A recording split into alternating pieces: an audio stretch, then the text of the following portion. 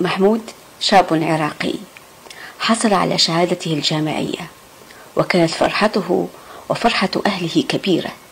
بكالوريوس زراعة، كان منتهى أحلامه، كان يحلم أن يكون واحدا من الشباب الذين يعمرون الأرض ويزرعونها.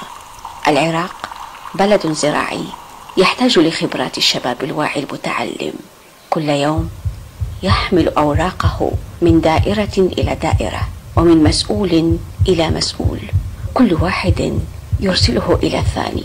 قال له أحد أصدقائه: لن تجد عملا إذا لم يكن لك ضلع. ذهب محمود يبحث عن ضلع، لكن أين يجده؟ وأي ضلع يحتاج؟